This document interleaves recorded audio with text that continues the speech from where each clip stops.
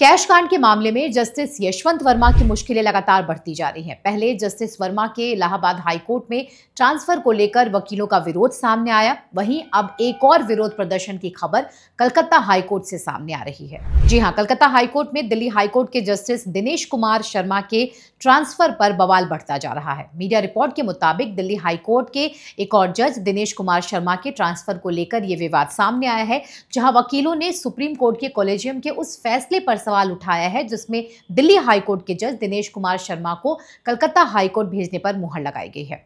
Media report के मुताबिक Calcutta high court bar association बार library ने जज दिनेश शर्मा को कलकत्ता हाईकोर्ट भेजने के फैसले पर नए सिरे से विचार करने और उनका नाम वापस लेने की मांग की है। कलकत्ता हाईकोर्ट के वकील संगठन सुप्रीम कोर्ट के कॉलेजियम के इस निर्णय से असहमत हैं। कलकत्ता हाईकोर्ट बार एसोसिएशन ने चीफ जस्टिस संजीव खन्ना से दरख्वास्त की है कि दिनेश शर्मा को कलकत्ता हाईकोर्ट भेजने के फैसले पर नए सिरे से विचार किया जाए और उनका नाम वापस लिया जाए।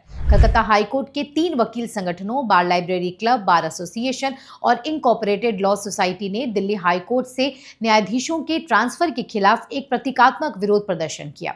वकील संगठनों ने यह आरोप लगाया है कि कलकत्ता हाईकोर्ट को बार बार डंपिंग ग्राउंड के रूप में इस्तेमाल किया जा रहा है, जहां अन्य अदालतों के दोषी न्यायाधीशों को भेजा जाता है। वकील संगठनों ने मांग की है कि न्यायाधीश शर्मा के ट्रांसफर की सिफारिश को वापस लिया जाए। उनका तर्क है कि न्यायाधीश शर्मा के खिलाफ गंभीर आरोप हैं और उनके ट्रांसफर से कलकत्ता हाईकोर्ट की गरिमा और स्वतंत्रता को खतरा हो सकता है। आपको याद होगा, ठीक इसी तरह कैश कांड के बाद से जस्टिस यशवंत वर्मा के इलाहाबाद हाईकोर्ट में ट्रांसफर को लेकर वकीलों ने विरोध किया था। इलाहाबाद हाईकोर्ट बार एसोसिएशन ने कहा था कि हम लोग कूड़ेदान नहीं हैं। इतना ही नहीं, इस मामले को लेकर पूर्व सॉलिसिटर जनरल हरीश साल्वे ने भी कॉलेजियम सिस्टम को लेकर चिंता जताई थी। एक चैनल से बातचीत के दौरान हरीश साल्वे ने कहा था कि अगर आरोप सही है तो तबादला गलत है। अगर वो दिल्ली हाईकोर्ट में जज बनने के लायक नहीं है तो इलाहाबाद में कैसे रहने के लायक है? इलाहाबाद हाईकोर्ट क्या है? क्या वो डंपिंग ग्राउंड है? To take action. What's wrong with Allahabad High Court? Why must they have a judge sitting who has a cloud over his head?